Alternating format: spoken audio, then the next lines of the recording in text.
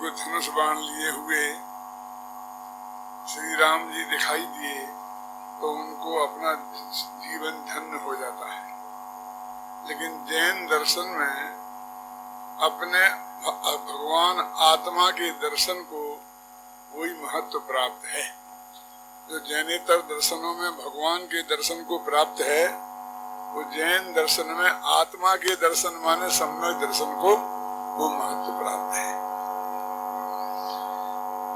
क्योंकि पर जो सिद्ध भगवान है और अनंत भगवान है, उनके आत्मा के दर्शन तो हमें केवल ज्ञान के बिना संभव नहीं है। समूह शरण में भी जाएंगे तो उनके शरीर के पुद्गल परमाणुओं को ही हम देखेंगे। ऐसा लिखा है शास्त्रों में, जैसे नाचार्य ने समय सार की टीका में, कि तू वहां पहुंच जाएगा तो क्या रखा है समूह शरण में, वहां भी भगवान के शरीर के ही दर्शन होंगे और मंदिर में भी पुद्गल की मूर्ति के दर्शन होते हैं। क्या फर्क है? और वहां जो आत्मा की बात समझाई जाती है वो ही यहाँ हम समझा, हम माने आचार्य कहते हैं कि हम समझा रहे हैं, हम खड़े हैं ना, लिखा है ना, क्यों चिंता करते हो? इसलिए भगवान के दर्शन और उनका श्रवण साक्षात यही हो सकता है, क्योंकि पर भगवान के दर्शनों का दर्शन संभव नहीं और अपने आत्मा का दर्शन मिथ्या दृष्टि को भी संभव है, और संभव ना होता तो वो सम्यक दृष्टि कैसे होता? आखिर मिथ्या दृष्टि तो सम्यक दृष्टि होता है ना। तो सम्यक दर्शन की प्राप्ति का, आत्मा के दर्शन की प्राप्ति का जितना भी पुरुषार्थ होता है वो मिथ्यात्व की भूमिका में होता है। यानी सम्यक दर्शन मिथ्या दृष्टि को होता है, सम्यक दृष्टि को नहीं। आपको अटपटा लग रहा होगा, हम तो ऐसा मानते हैं कि मिथ्या दृष्टि के मिथ्या दर्शन होता है और सम्यक दृष्टि के सम्यक दर्शन होता है। क्यों? यदि होने का नाम मन नया होना है कुछ, तो जो चीज हमें नहीं है वही तो होगी ना। तो मिथ्या दर्शन तो अभी है ही, अब सम्यक दर्शन की प्राप्ति करना है ना, तो वो सम्यक दर्शन का पुरुषार्थ मिथ्या दर्शन की मौजूदगी में होता है। जब यह हमारा देश गुलामियों की जंजीरों में जकड़ा हुआ था,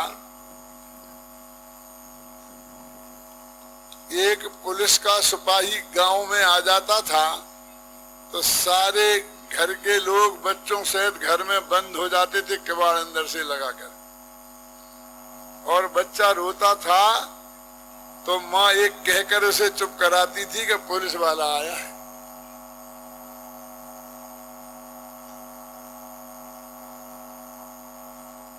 ऐसे समय में महात्मा तिलक ने इसी भारत राष्ट्र के महाराष्ट्र में, क्या भारत तो राष्ट्र है और अपन जहां बैठे हैं वो महाराष्ट्र है, ये नारा दिया था कि स्वतंत्रता हमारा जन्म सिद्ध अधिकार है। क्यों? स्वतंत्र होने की बात कब सोची गई और स्वतंत्र होने के लिए जो पुरुषार्थ किया गया वो सन 47 15 अगस्त के पहले किया गया कि बाद में? बोलो। इसलिए मिथ्यात्व की भूमिका में सम्यक दर्शन का पुरुषार्थ होता है, और मिथ्यात्व से तो नीची कोई भूमिका होती नहीं है जगत में।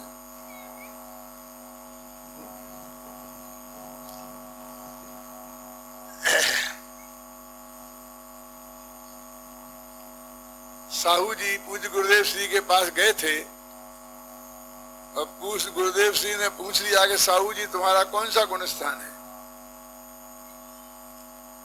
तो उन तो नाम ही नहीं सुना था क्या होता है गुण स्थान, तो चुप बैठे रहे। तो गुरुदेव ने कहा तुम्हारा पहला गुण स्थान है, पहला। हाथ जोड़ के बोले गुरुदेव ये कैसे हो सकता है, हमारा नंबर पहले कैसे हो सकता है, पहला तो आपका होगा।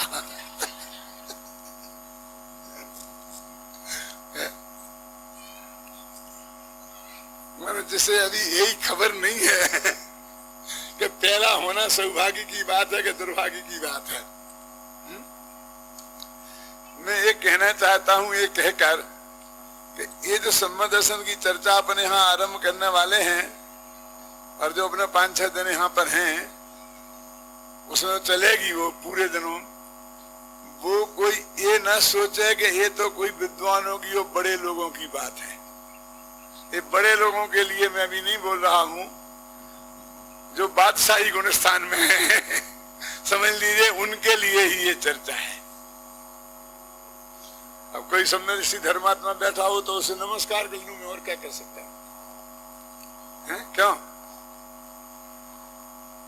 तो वो कहते हैं कि वो आत्मा का दर्शन, अपने भगवान आत्मा का दर्शन जब होता है, जैसे हमारे शास्त्रीय भाषा में सम्यक दर्शन कहते हैं, जैसे महाशास्त्र तत्वार्थ सूत्र में नंबर पहला प्राप्त है, सम्यक दर्शन ज्ञान चारित्राणी मोक्ष मार्ग।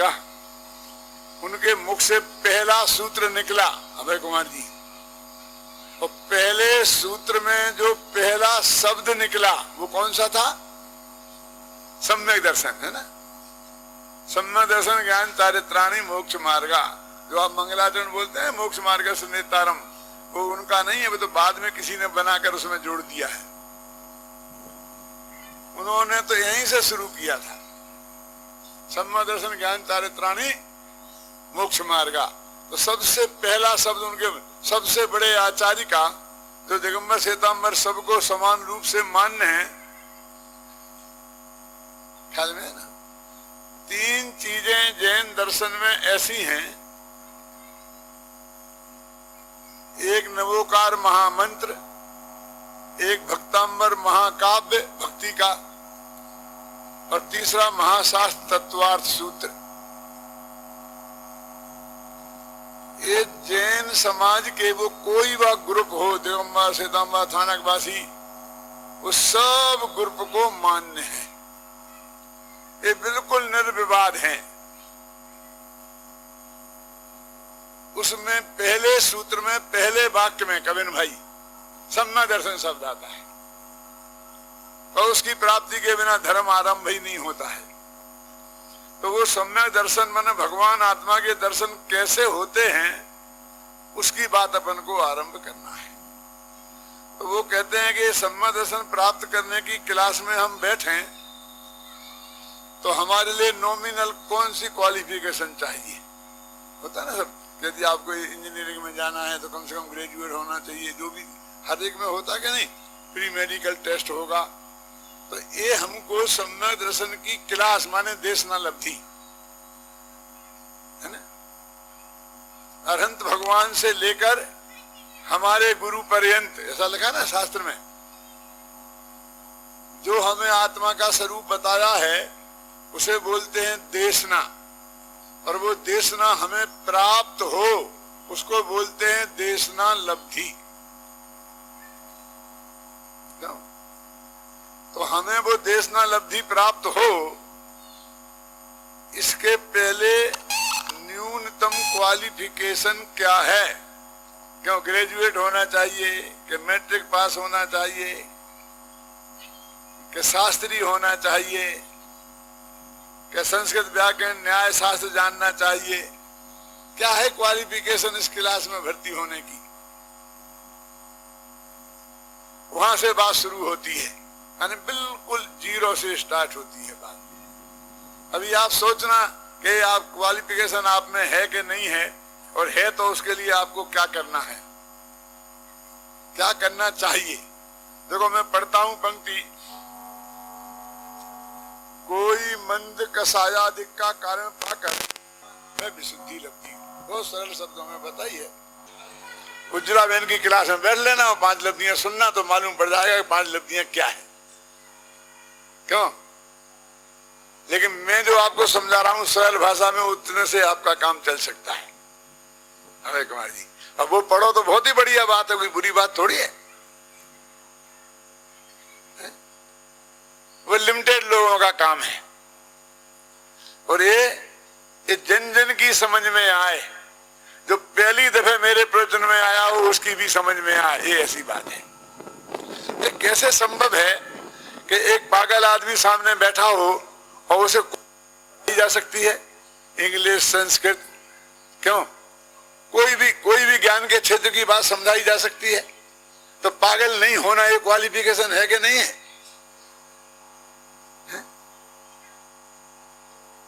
और कोई समझने के लिए तैयार ही ना हो तो उसे कोई बात समझाई जा सकती है? जो समझने के लिए तैयार हो उसे समझाई जा सकती है। पंडित गोपाल दास जी बरैया थे, आज से 100 साल पुरानी बात है।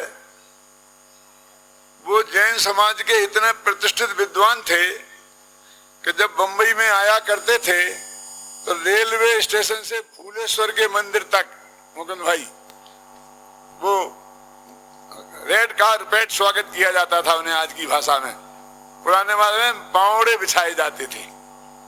क्या स्टेशन से पूरे मंदिर तक जमीन पे पैर नहीं पड़ना चाहिए, वहां आगे आपके कोई चीज बिछाते थे और उस पर से चल के आते थे। ये उनकी इज्जत भाई बंबई में थी। और आज जितनी विद्वत परंपरा प्राप्त है जो अपने यहाँ शुरू हुई है पूज्य गुरुदेव से लेकर के अपने महाविद्यालय से, उसके पहले जितने पंडित हैं वो गोपाल दास बरैया के शिष्य प्रशिष्यों में से ही हैं। उनमें हम भी हैं। हम तो पूज्य गुरुदेव श्री के शिष्य हो गए, लेकिन वो जो हमने जैन धर्म पहले पढ़ा था वो गोपाल दास जी बरैया के शिष्यों से पढ़ा था।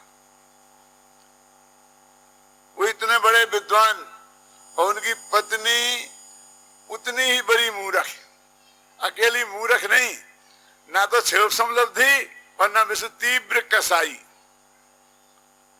कहा जाता है कि वो हुक्का पीती, हुक्का समझते हैं ना, जैसा रख के गुरु उड़ाया करते थे ना पुराने जमाने में रईस लोग, वो हुक्का पिया करती थी। और वो हुक्का भरने का काम, तैयार करने का काम पंडित जी का था। तैयार करके रख दे, शाम को वो बराबर गुड़गुड़ाती रहे और पंडित जी प्रवचन करने चले जाते थे। एक दिन चतुर्दशी का दिन था और वो पंडित जी, शाम को भोजन करना नहीं था, एकासन था, तो सीधे मंदिर चले गए शाम को दुकान से उठकर और फिर वहां प्रवचन में बैठ गए। अब वो पत्नी देखा कि आज हुक्का तैयार नहीं है, लेकिन क्या करे, बहुत परेशान, खोजे तो खोजे कहां, लेकिन उसकी समझ में आ गया कि अब 8:15 बज गए, तो मंदिर में पहुंच गए होंगे, प्रवचन कर रहे होंगे, तो फटाफट मंदिर में गई। सारी सभा ऐसी जमी हुई बैठी थी और उसने जाते ही कहा, क्यों तुझे पता नहीं है? हाँ भूल गया भाई, मैं अभी आता हूं 10 मिनट में, बैठना शांति से, मैं नहीं जा रहा हूं, घबराना नहीं। उन पंडित जी ने कहा अपने श्रोताओं से और चले गए उठ के, और वहां पर वो हुक्का भर के उसे दे के और तैयार करके वापस आ। अब इतने में ये श्रोता चुप थोड़ी बैठ सकते, श्रोताओं को चुप रह के बैठाना बहुत मुश्किल का काम है। आपस में बातचीत शुरू हो गई, गजब हो गया। क्यों? आज तो मैं पंडित जी से पूछे बिना नहीं रहूंगा कि तुम हम सबको समझाते हो, अपनी पत्नी को नहीं समझा सकते? क्यों? और हिम्मत करके एक आदमी ने जब वो आए तो आते ही कहा, पंडित जी एक प्रश्न है, कि बैठ जाओ शांति से। कि नहीं नहीं, ये आज तो हम पूछेंगे। कि मुझे पता है, खबर छे, बड़ी खबर छे। बोलो बोलो, तुम्हें क्या पूछना है? कि तुम हम सबको समझाते हो और अपनी पत्नी को नहीं समझा सकते। एक और किस्सा नहीं सुना रहा हूं मैं, इसमें बहुत मर्म की बात है, 5 लब्धियों संबंधी। तो पंडित जी ने जवाब दिया कि भैया, वैसे तो एक द्रव्य दूसरे द्रव्य को समझा ही नहीं सकता निश्चय से, लेकिन व्यवहार से भी जो समझना चाहता है उसे समझाया जा सकता है, जो समझना नहीं चाहता उसे नहीं समझाया जा सकता। तुम समझना चाहते हो इसलिए तुम्हें समझाते हैं, ख्याल में ना? इसका नाम है विशुद्धि लब्धि। सामने वाला समझने को तैयार ही नहीं हो, क्यों? उन्हें समझाएं तो वो समझेगा। वो बोले था मैं आपसे पूछता हूं भैया, वो यहां आई थी, पूरी तैयारी के साथ आई थी, आके फ्रंट पे आई थी, आसानी से तो वापस जाने वाली नहीं थी। और मैं यदि उसे समझाने की कोशिश करता तो क्या होता, मेरा प्रवचन नहीं होता, उसका प्रवचन होता है? और आपको उसका प्रवचन सुनना पड़ता।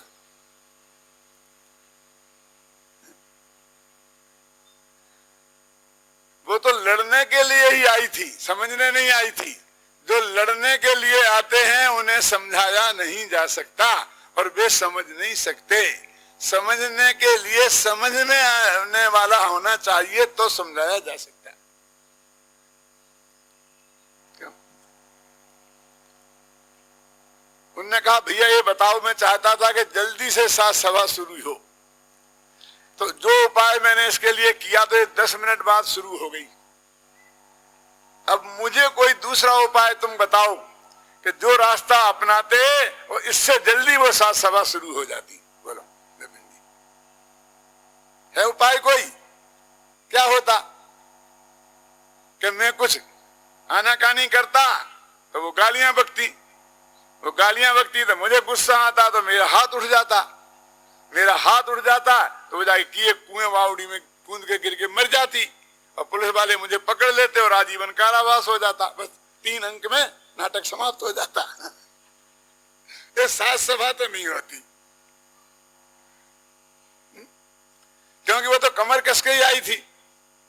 इसलिए मुझे तो जल्दी से जल्दी अपनी साथ सभा शुरू हो, इसके लिए यही उपाय अच्छा लगा कि उनको ही समझाओ जो समझना चाहते हैं, उनको ही सुनाओ जो सुनना चाहते हैं। जो सुनना और समझना नहीं चाहते हैं, माने जिनके विशुद्धि लब्धि नहीं है, जाने जिनके मन कसाय नहीं है, उन्हें जिनवाणी की बात कभी समझ में आएगी नहीं।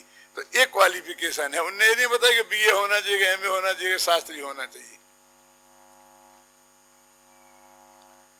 ये तो ठीक है, लेकिन फिर उसका क्या हुआ? कोई किसका? वो बरैया जी का, बरैया जी का सुनना है पूरा। आगे क्या हुआ कि आगे दूसरे श्रोता की भी हिम्मत पड़ गई कि इसने प्रश्न पूछा है तो एक मैं भी पूछ लूं।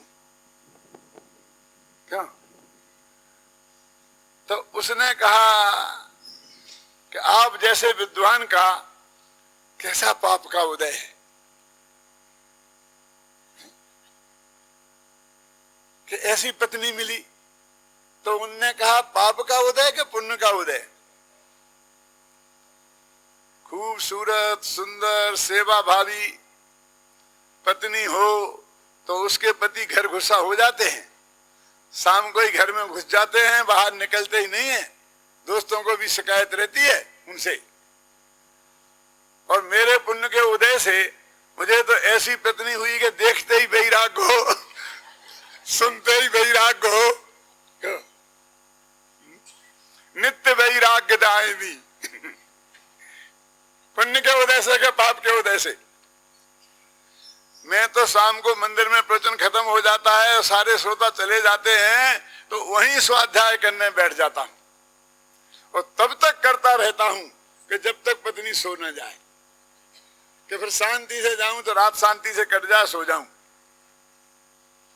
और सुबह वो उठे उसके पहले उठ के भाग देता हूं, मंदिर चला जाता हूं, क्योंकि उठते ही बोनी ना बिगड़ जाए। क्यों? तो विषय कसाय से बचाने वाली है, निरंतर संसार के असार का स्वरूप बताने वाली ये पत्नी पुण्य के उदय से मिलती है कि पाप के उदय से?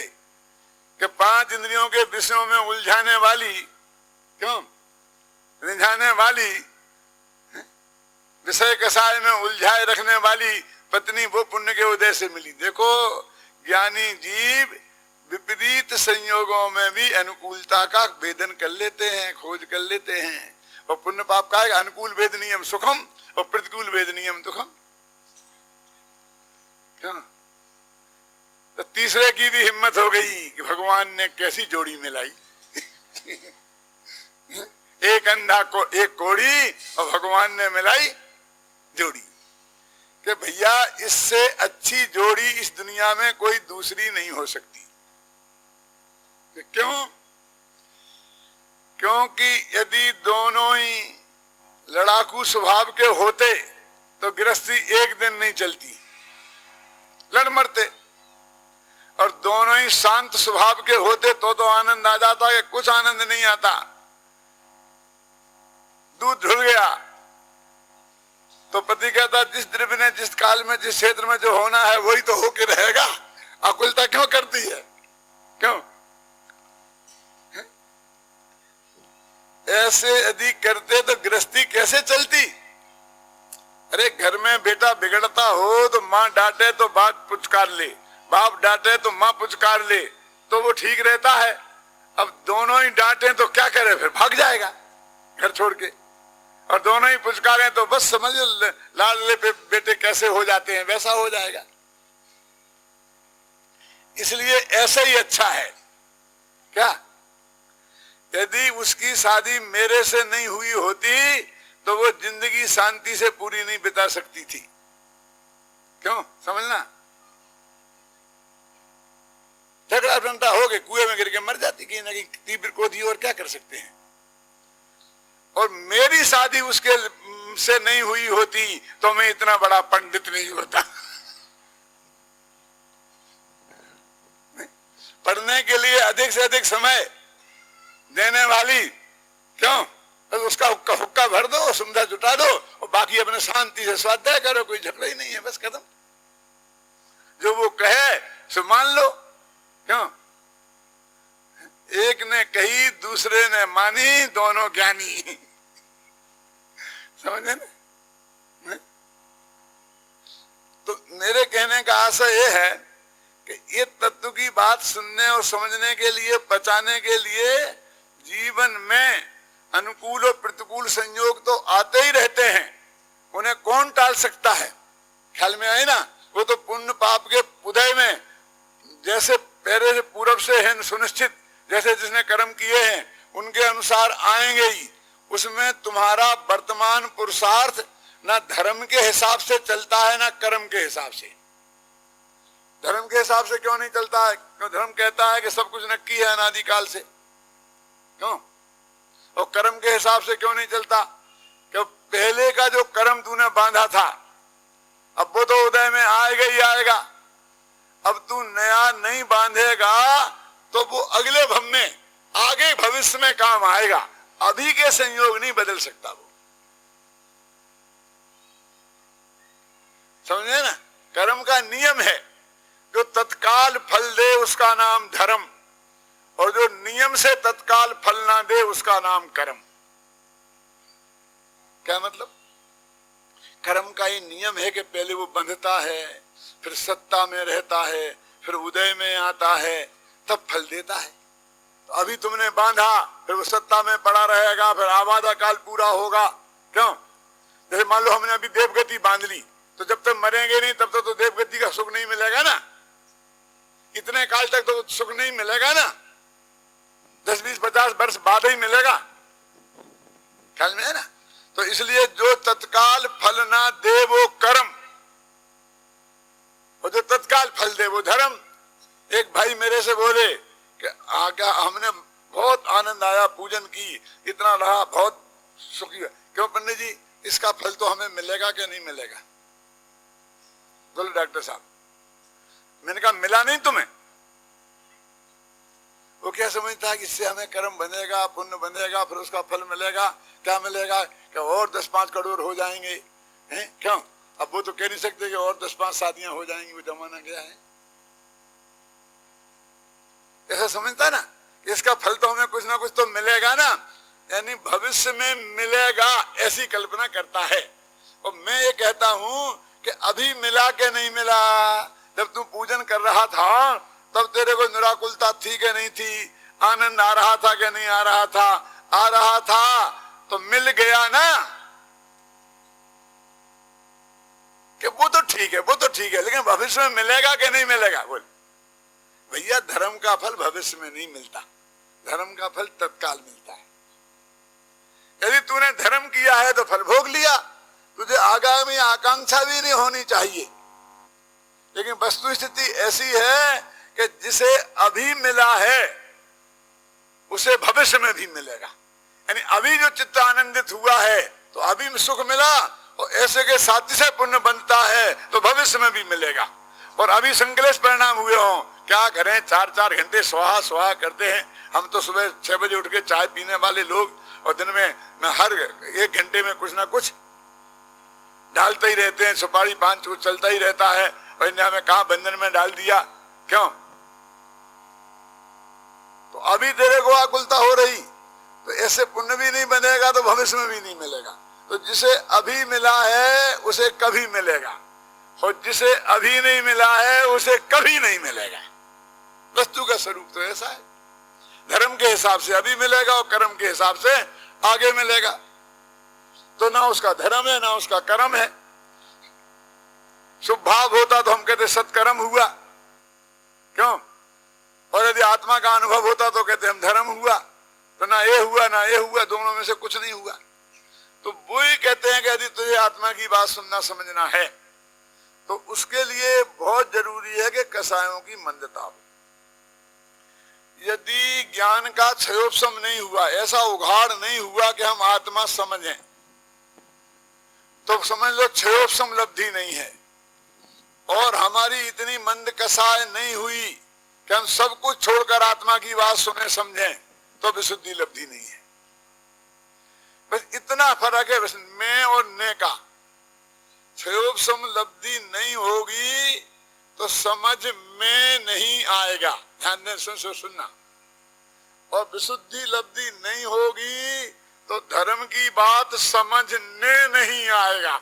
समझ गए? समझ में नहीं आएगा और समझने नहीं आएगा। इतना ने और मैं का फर्क है। तो ये 2 बातें होना बहुत जरूरी है। देखो, जब हमारी ऐसी बुद्धि नहीं हो कि हम वो बात समझ सके, तो कोई कितना ही सुनाए उसे क्या लाभ होने वाला है। अभी विशुद्धि लब्धि का अर्थ ऐसा समझते हैं लोग, मोटानी जी, कि कसाय मंद हो गई ना तो विशुद्धि लब्धि है। ये बात सच्ची है कि कसाय मंद होती है विशुद्धि लब्धि में, लेकिन तीव्र कसाय का अर्थ क्या? मैं आपसे पूछता हूं कि आप यहां बैठे हैं, शांत हैं, अभी आपको मंद कसाय है कि तीव्र कसाय? समझना। अब और जरा सोचना, अभी आप इसी समय पर टीवी पे बहुत बढ़िया सीरियल आ रहा है, और जैसे आप रोजाना देखते हैं, और आपके बंगले में यहाँ टीवी है, क्यों? तो इस टाइम पंडित जी का व्याख्यान मत रखो, वो तो मुझे सीरियल देखना पड़ता है। और वो वहां आदमी बैठा बैठा टीवी देख रहा हो, बिल्कुल शांत चित्त, क्यों? थोड़े थोड़े कुछ चने फने जो कुछ भी खाता जा रहा हो, टीवी पे बैठ के, और टीवी देख रहा हो, और यहाँ प्रवचन हो रहा हो, और इसके लिए वो आया है। तो वो मंद कसाय के तीव्र कसाय? गुस्सा नहीं कर रहा, कोई घमंड की बात नहीं है, छल कपट नहीं दिख रहा, कोई लोभ नहीं दिख रहा, क्यों? ऊपर से शांत बैठा है, बस अगला टीवी पे देख रहा। आप उसे कहेंगे वो मंद कसाय है, लेकिन शास्त्र कहता है वो तीव्रतम कसाय है। क्या है? अनंतानुबंधी क्रोध क्या है? कि द्वेष अरोचक भाव, आत्मा की अरुचि ही अनंत द्वेष है, अनंत क्रोध है। माने उसे उसका इतना लोभ है कि उसे नहीं छोड़ सकता इस आत्मा की बात के लिए। तो लोभ भी तो तीव्र कसाय होती है, अकेली क्रोध ही थोड़ी तीव्र होती है, मानी थोड़ी तीव्र होती है। लोभ कसाय भी तो पाप का बाप कहा है ना, लोभ पाप का बाप बखाना। कि पंडित जी आपका प्रवचन हमें बहुत महंगा पड़ता है, क्यों? कि हमारे सीजन का टाइम है, 5 लाख रुपया रोज की कमाई है, अब 5 दिन तुम्हारे प्रवचन में आए तो 25 लाख तुम दोगे क्या? क्यों? क्या करना कमीन भाई? कि बहुत महंगा सौदा है। और इनको क्या है, इन्हें 25 रुपया रोज कमाते हैं, खोमचा लगाते हैं, बैठ गए आज आगे, कितने होंगे 5 दिन में? 125 रुपया।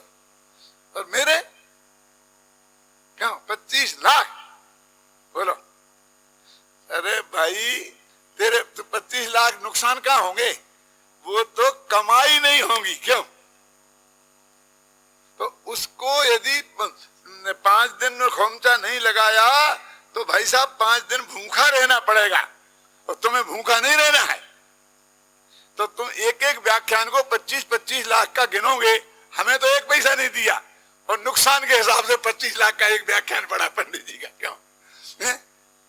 और हम आगे पंडित जी का व्याख्यान सुनने 5 दिन के लिए, तो 25 लाख का कर्जा हमने पंडित जी को दिया, तो अगले भव में वसूल लेंगे, क्यों? ये तीव्र कसाय है कि मंद कसाय है? अरे कसाय तो हर लोग भी कसाय है ना।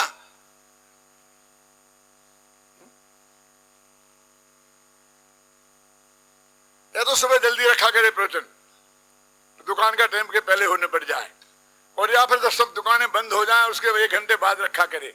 और हमारा रहता है ना आग्रह, बोलिए, जब भगवान महावीर यहाँ आए थे और उनका उपदेश होता था और दिन में 3 दफे होता था, क्यों? कितना कितना 6-6 घड़ी, माने 1 घड़ी 24 मिनट की, 2 घंटा और कितना हुआ 24 मिनट, और फिर जाके 3 पूरे दिन का 7 घंटा और 12 मिनट होता है। इतना व्याख्यान होता है तो उसमें दुकानें बंद होती होंगी, चालू रहती होंगी, आप तो तब भी नहीं जाते, क्यों? तो समझ गए ना कि लोभियों को देशना लब्धि नहीं मिलती। क्या क्या भाई, भगवान महावीर भी होंगे तब भी तो ऐसे लोग होंगे कि जो दुकान छोड़ के नहीं जाते होंगे, क्या? अपना काम छोड़ के भगवान का प्रवचन सुनने नहीं जाते होंगे, ऐसे होंगे कि नहीं होंगे? नाम गिना दूं? जो जाते थे उनका भी गिना दूं, और जो नहीं जाते थे उनका भी गिना दूं, बता दूं? नाराज हो जाएंगे आप। जिनकी आप गांव-गांव में मूर्तियां लगा के खड़ी करते हैं, वे नहीं जाते थे, और जो जाते थे उनकी तुमने आज तक एक मूर्ति नहीं लगाई। अब जी समझ में आया कि नहीं आया? भरत चक्रवर्ती जब आदिनाथ की दिव्य ध्वनि खिल रही थी तो 66,000 वर्ष 60,000 वर्ष तक लड़ने को निकल गए थे, भगवान के समोषण में दिव्य ध्वनि सुनने नहीं गए थे, और कभी कभी रात के 12 बजे पहुंचते थे, तो वे तो दर्शन ही करने जाते होंगे। उस वक्त तो प्रवचन का टाइम नहीं था, क्यों? वो भाग्य की बात है कि दिव्य ध्वनि खिल जाए। बोलो, और आपने भरत एक तरफ बाहुबली, बीच में आदिनाथ, कितना मजा आता है। लगा दी कि नहीं लगा दी? तुम्हारी बोरी बली में लगी है ना त्रिमूर्ति, जितनी भी त्रिमूर्ति हैं। और ऐसा आदमी का नाम बताऊं जिसने एक व्याख्यान नहीं छोड़ा था, 1 कोट पूरब बरस तक, 8 वर्ष 1 कोट पूरब बरस तक। वो वृषभ सेन, उसी का सग्गा भाई, भरत का सग्गा छोटा भाई, 2 नंबर का, 1 नंबर के भरत, दूसरा वो पहले गणधर थे ऋषभ देव की। और गणधर का ये नियम है कि उनकी अनुपस्थिति में 1 मिनट भी अनुपस्थिति नहीं होती भगवान की दिव्य ध्वनि खिलने में। तो एक भाई लाखों बरस तक प्रतिदिन ऐसी दिव्य ध्वनि सुनता रहा, और मोक्ष तो वो भी गए, उनकी मूर्ति क्यों नहीं लगाई? आप कहीं से नाराज होने की बात क्यों है? बहुत है नाराज होने की बात। उसे डिटेल बताऊं थोड़ी, क्यों? हमने तो भगवान बीच में आदिनाथ, एक तरफ भरत, इस तरफ बाहुबली, कितना अच्छा लगता है। लेकिन मैं पूछता हूं, अपने मन के चोर से पूछो कि तुमने इन 3 का चुनाव क्यों किया? एक बीच में आदिनाथ, और एक तरफ कुंथनाथ, और एक तरफ विमलनाथ होते तो बुरे लगते? क्यों कविन भाई? सच। वे तो तीर्थंकर थे दोनों, ये तो तीर्थंकर भी नहीं थे। अरे आप समझते नहीं हो, दोनों बेटे और बाप, तो तुमने बेटे और बाप की मूर्तियां लगाई हैं, तुमने भगवान की नहीं लगाई। भगवान तो जब बेटे बाप मिट जाते हैं तब बनते हैं। तुम्हारे दिमाग में क्या घूम रहा था? जैसे अपने तो फोटो खिंचवाते हो ना, बीच में खुद खड़े होगा, एक तरफ एक बेटा, एक तरफ दूसरा बेटा, बढ़िया फोटो खिंचा के लगा देते हो। ऐसा तुमने परिवारवाद चलाया है यहाँ, क्यों?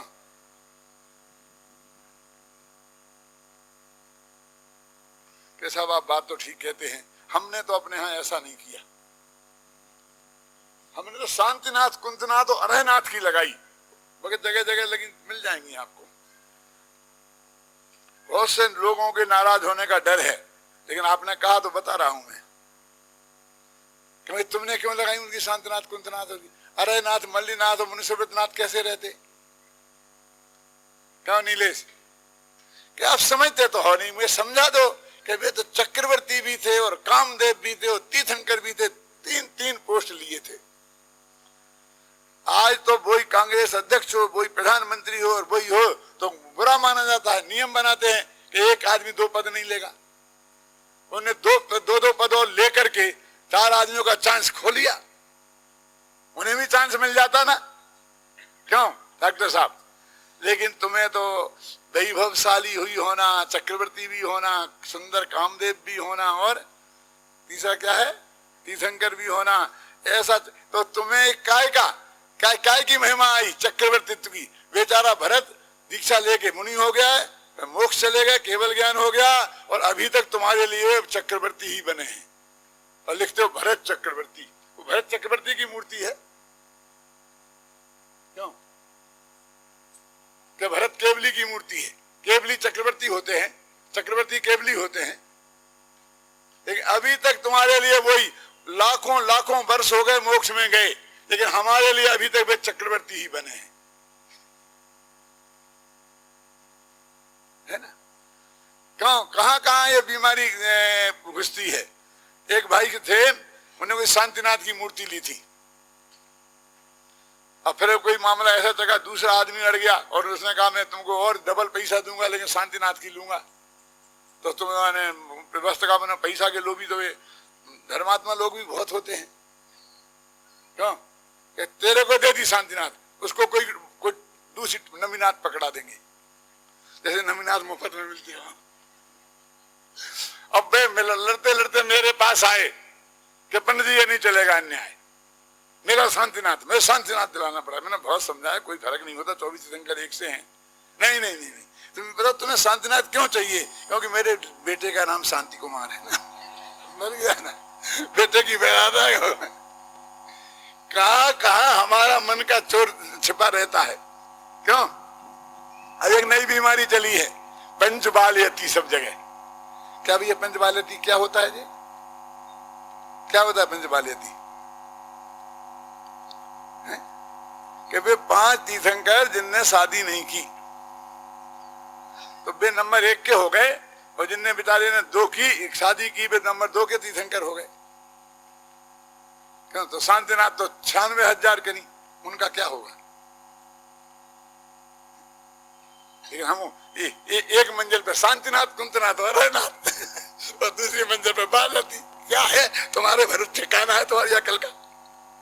तुम्हें बालयती भी पसंद है और 96,000 पत्नी वाला भी पसंद है, लेकिन वहां भी जोड़ा मिलाना है और वहां भी जोड़ा मिलाना है। क्या है, कोई चीज हम कर रहे हैं तो उसके पीछे हमारे चिंतन का आधार क्या है, जरा इसकी कल्पना करो।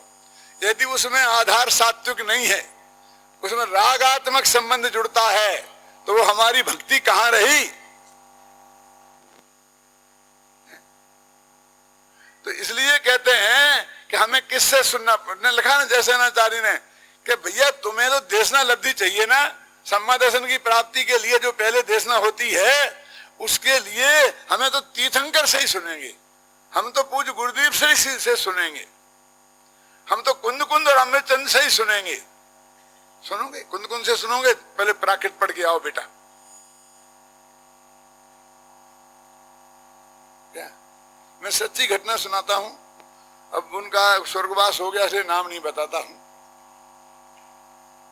साहब मैं तो आचार्यों के ही ग्रंथ पढ़ता हूं। क्या मैंने कहा अच्छा, तो फिर आप तो संस्कृत जानते होंगे, प्राकृत जानते हो। अरे कहाँ दुर्भाग्य है हमारा, संस्कृत प्राकृत जानते, तो फिर आचार्यों के ग्रंथ कैसे पढ़ते हो?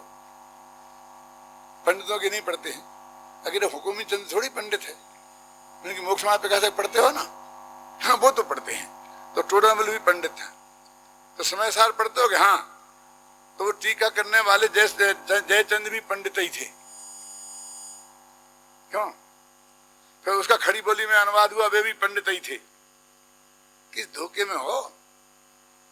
टोडामल ने गोमर सार की टीका कर दी और जयचंद ने समय सार की टीका कर दी, तो वो तो आचार्यों के ही ग्रंथ बने रहे, और पंडित हुकुमचंद ने टीका कर दी तो वो पंडितों का ग्रंथ हो गया। तुम्हारा अंदर से देश बोलता है। यदि तुम्हें सचमुच आचार्यों का पढ़ना है तो संस्कृत प्राकृत सीखो और नीचे हिंदी तरफ देखो मत, और प्राक मूल पढ़ो, और मूल पढ़ के समझने लायक यदि कोई हो हिंदुस्तान में बड़े से बड़ा पंडित भी, तो मुझे मेरे सामने आवे कि मैं आत्मख्याति को मूल पढ़ी और मैंने हिंदी नहीं देखी और मेरी समझ में आ गई पूरी। अभी भी एक भी नहीं है, मैं चैलेंज करता हूं। ऐसा नहीं कि तुम 100 दफे पढ़ लिए हिंदी, अभी भी संस्कृत पढ़ेगा तो अभी तेरे को हिंदी देखनी पड़ेगी, तो तेरी समझ में आएगी। देशनालव जी का तो कहां है, चाहे तीर्थंकर से सुनो, चाहे आचार्यों से सुनो, चाहे पूज्य गुरुदेव श्री जैसे ज्ञानी धर्मात्माओं से सुनो। पूज्य गुरुदेव क्या थे? क्यों नहीं, वे क्या थे? तीर्थंकर थे, केवली थे, आचार्य थे, उपाध्याय थे, सर्व साधु थे। तो इसके नीचे क्या होते हैं? क्षुल्लक थे, एलक थे, सातवीं प्रतिमाधारी थे, नहीं थे ना? तो क्या थे? शर्म लगती है पंडित कहने में। अरे अध्यात्म के पंडित ही तो थे। जब तुम ये कहते हो कि हम पंडित की नहीं सुनते हैं, तो तुम्हें पता नहीं है कि ये गोली कहां जाके लगेगी। तुम तो समझते हो कि हमने पंडित हुकुमचंद की तरफ चलाई है तो सीधी उसी पे लगेगी। जरा सा पंडित हुकुमचंद ऐसा हो गया तो सीधी जाके वहां लगेगी।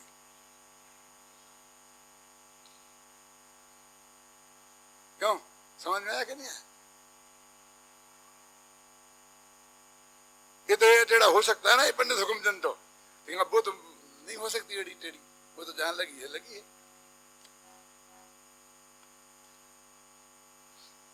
कोई ऐसा नियम नहीं। कहते हैं कि तुम्हारी भाषा में तुम्हें जो भगवान आत्मा का स्वरूप समझाए वो ही तुम्हारे लिए देशनालब्धि है। और फिर यदि ठीक है, मान लो ये मान ही लेते हैं आप ही की बात, हम काय को झंझट में फंसे, तो इसका मतलब है कि ये भव आपको मुफ्त में खोना है। क्यों? कि यहां कोई आचार्य है नहीं तुम्हारी दृष्टि में। क्यों? जो आचार्य बने हैं वे तो है ही नहीं, और जो नहीं है वे है ही नहीं। क्यों? तो इसका मतलब इस भव में तुम्हें अब देशनालब्धि नहीं चाहिए, और देशनालब्धि नहीं होगी तो कैन लब्धि नहीं होगी, और कैन लब्धि नहीं होगी तो सम्यक दर्शन नहीं होगा। बोलो क्या कहना है?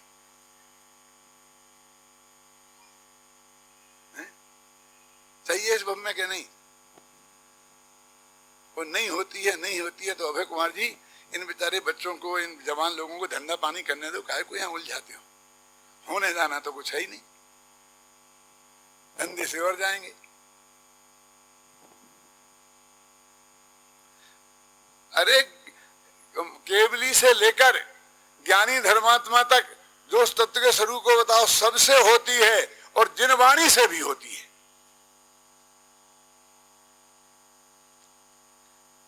मैं कहता हूं कुंद कुंद आचार्य की वाणी है, और आप संस्कृत जानते होते और पाके जानते हो, मैं वैसे ही पढ़ता जाता तो उसे सुन के आपको होता क्या नहीं? क्यों? मैं निमित्त था कि कुंद कुंद उसमें। मेरा मतलब समझे ना? अब ये तो हमारी कमजोरी है। अब तुम्हें वो भाषा आती नहीं है, इस भव में सीख पाना नहीं है, और सीखना भी नहीं है। इसका क्या अर्थ है? स्वाहा स्वाहा में धर्म मानना है। तो ये कहते हैं कि वो तत्व समझने के लिए कौन से तत्व, अभी बात बताएंगे उसका। तो अभी तो उसकी पहले की पात्रता की बात कर रहे हैं कि क्या पात्रता होनी चाहिए। कि पहले तो जानने लायक तेरा ज्ञान उघाड़ होना चाहिए। शास्त्रीय भाषा में क्षयोपम होना चाहिए। अब आपको हमारी समझ में ना क्षयोपम आया ना तुम्हारा उघाड़ आया। अब तुम्हें क्या करना? तुम यहाँ आए हो ना और सुन रहे हो ना, सैनी पंचेंद्रीय हो ना, तो समझ लो तुम्हें क्षयोपम लब्धि है। इसमें क्या लगा? तो पढ़ता हूं, वही मंद कसायादि का कारण पाकर ज्ञाना वर्णादि कर्मों का क्षयोपम हुआ। ये तो तुम यहां तक आए कबीर भाई, तो इसके पहले हो चुका वो। और क्या कारण हुआ? तो कोई मंद कसाय रही होगी और उससे हो गया। अब जो हो गया उसको क्या करना? अब तुम्हें वो पात्रता प्राप्त है। अब उसके लिए तुम्हें कोई कोशिश नहीं करनी है, क्षयोपम लब्धि के लिए कोई कोशिश नहीं करनी है। वो 5 सैनी पंचेंद्री बिना पढ़ा लिखा कोई आदमी, गाय भैंस कुत्ता बिल्ली भी, हरिजन नहीं सभी, उनमें भी भगवान आत्मा को समझने की लायक क्षयोपम है। शेर में था ना, शेर को समझाया था ना मुनिराजों ने, उनमें था क्या नहीं क्षयोपम। गुरुदेव एक बात कहते थे कि हम 5 वर्ष की कन्या से कहते हैं बेटा 1 गिलास पानी लाओ, 5 लाख के हाथी से नहीं कहते हैं कि 1 गिलास पानी लाओ। कहते थे कि नहीं कहते थे? यानी जो ला सकता है समझदार आदमी उससे ही कहता है, जो ला ही नहीं सकता उससे नहीं कहता। तो वो कहते हैं कि गुरुदेव हमसे कह रहे हैं, इसका मतलब है वो समझते हैं कि हम समझ सकते हैं। मैंने उसमें हमने पास कर दिया उनने, तब तो वे हमें समझाने के लिए तैयार हुए, समझ गए ना। तो क्षयोपम लब्धि तो आपके है कि आप आत्मा की बात समझ सकते। भाई हम में इतनी बुद्धि नहीं है, हम ये बात खत्म करो कि हम नहीं समझ सकते, हम पढ़े ही लिखे नहीं हैं, हम संस्कृत प्राकृत नहीं जानते हैं, हमने कभी पहले अभ्यास नहीं किया है कि वो शेर ने क्या किया था, और हमारा तो रात्रि भोजन के बिना नहीं चलता, हमारा तो इसके बिना नहीं चलता, उस शेर का तो मांस मदिरा के मांस के बिना नहीं चलता था। क्या कोई भी जीव ऐसा नहीं समझे कि मैं आत्मा की बात नहीं समझ, कोई भी मनुष्य जो यहाँ बैठे हैं उनकी बात कर रहा हूं कि मैं आत्मा की बात नहीं समझ सकता। गुरुदेव फरमाते थे कि मैं समझ नहीं सकता, सबसे बड़ा कारण यही है नहीं समझने का।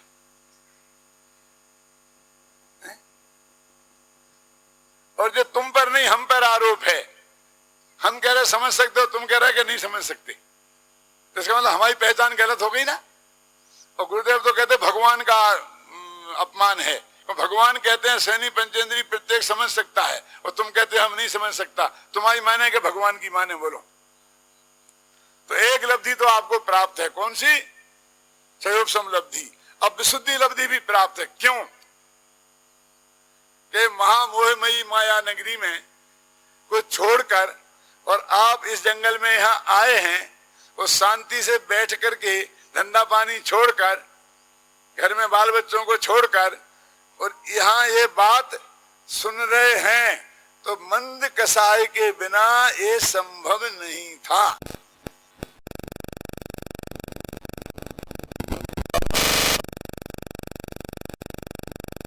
घंटे के लिए आए हैं, परसों देखना।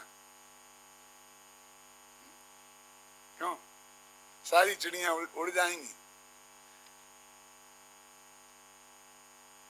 क्यों? अरे भाई, जिनकी विशुद्धि लब्धि होगी वे चिड़ियां नहीं उड़ेंगी। क्या समझ में है ना? वो 2 दिन का सुनने के बाद भी यदि चले गए तो समझ लेना कि सचमुच उनको विशुद्धि लब्धि नहीं है, इसलिए वे देशना के पात्र नहीं है। उनके लिए क्या रोना। हमारे पिताजी कहा करते थे, एक बहुत पद था, गाना में तो भूल गया हूं, लेकिन उसमें यह था कि जो औरत मर गई हो तो रोना, लेकिन जो तुम्हें छोड़ के भाग गई हो उसे क्या रोना। ऐसा एक छंद था, लंबा लंबा था, बहुत सी बातें थी उसमें, एक ये भी थी। वो तुमसे राग तोड़ के गई ना, समझ गए ना, अब उसको क्या रोना। तो इसलिए ये कहते हैं कि 2 दिन की ये इतनी महत्वपूर्ण बात सुनकर के भी जिनको वो काम ज्यादा महत्वपूर्ण दिखा जो 12 मासी करना है, कोई फर्क नहीं पड़ने वाला है, ख्याल में आया ना। और ये काम जो कदाचित जीवन में द्वारा मिले कि न मिले, उसे छोड़ के वहां गए तो क्या होगा। हम पढ़ते थे तो हमारे गांव में स्कूल नहीं था, ना सरकारी, ना पहली क्लास भी नहीं थी। गजब की बात है, देखो ऐसे गांव में पैदा हुए, ना बस आती थी, ना पुलिस था, ना स्कूल था, ना कुछ नहीं था। कैसा गांव होगा कल्पना कर सकते हैं आप। अभी भी कोई ज्यादा फर्क नहीं पड़ा, अभी भी जाके देखेंगे तो वैसा ही है। उस गांव में पैदा हुए। एक अध्यापक आदमी था, वो ट्यूशन से पढ़ाता था, 8-10 लड़के पढ़ते थे, तो लड़के आते ही नहीं थे, तो उन लड़कों को 4 लड़कों को भेज करके और पकड़ के लाना पड़ता था। तो एक एक पैर पकड़ता, एक एक पैर दूसरे हाथ पकड़ के ऐसा कटोर के ऐसा लेके हम लोग आते थे। एक दफे हम गए एक घर में, तो लड़का अंदर छिप रहा था और अपनी माँ से कह रहा था, हम बाहर खड़े थे दरवाजे पे, निकालो उसे हम ले जाएंगे, कि माँ मैं हल हाँकाऊंगा, मन में खेती करूंगा, खेत में बैल जोतूंगा, हल हाँकूंगा, लेकिन पढ़ने नहीं जाऊंगा। तो उसकी माँ कह रही थी, बेटा हल तो हाँकना ही है, पढ़ जाएगा तो कलेक्टर नहीं बन जाएगा, 2 अक्षर पढ़ जाएगा, लेकिन बनिया 12 लिख के 12 वसूलता है। 12 माने झाड़ू, 12 एक 12 देता है और 12 लिख लेता है और 12 नगद रुपये वसूल करता है, इससे बच जाएगा। माने तू चला जाएगा तो ऐसे ही तुम यदि यहाँ 2 दिन रह जाओगे तो तुम वो सब लुट जाने वाला नहीं है वहां। क्या दुकान भी रहेगी, धंधा भी रहेगा, पानी भी रहेगा, एक दिन नहीं दूसरा ग्राहक दूसरे दिन आएगा, लेगा, मुनीम को वास्ते दे देंगे, भाई तुम्हारा रहा होगा वो देगा, बेटा दे देगा। ऐसा नहीं है, कोई बहुत बड़ा नुकसान हो जाने वाला नहीं है। क्यों? कोई कारण नहीं है, सिर्फ विशुद्धि लब्धि की कमी के अलावा और कोई कारण नहीं है। तो क्या देशना का पात्र कौन है? कि जिनमें ये 2 योग्यताएं हों, कि हर कीमत पर जो इस तत्व को सुनना चाहता है और जिसके समझने की सामर्थ्य है, वो क्षयोपम लब्धि और देशना बोला है। अब देशना गुरु की, अब वो देशना को ग्रास्प करना, उसका नाम देशना लब्धि। मैं बोल रहा हूं ये तो अकेली देशना है, तुम इस कान से सुन के इस कान से उड़ा रहे हो तो देशना लब्धि नहीं हुई। तुम उसे समझो तो वो तुम्हें देशना लब्धि होगी। अब देशना लब्धि होगी तब आत्मदर्शन, आत्मा क्या है, उसका स्वरूप क्या है, क्या क्या की देशना देना चाहिए गुरु को, शिष्य को क्या क्या समझना चाहिए, ये सारा कोर्स है जो मैं आपको 5 दिन में 6 दिन में पूरा पढ़ाऊंगा। कि आत्मा के अनुभव करने के लिए, सम्यक दर्शन को प्राप्त करने के लिए, तत्वा सूत्र के पहले सूत्र का पहला अक्षर में प्रवेश करने के लिए क्या करना चाहिए, कैसी पात्रता होना चाहिए, इसकी चर्चा अपन आगामी 5-6 व्याख्यानों में करेंगे।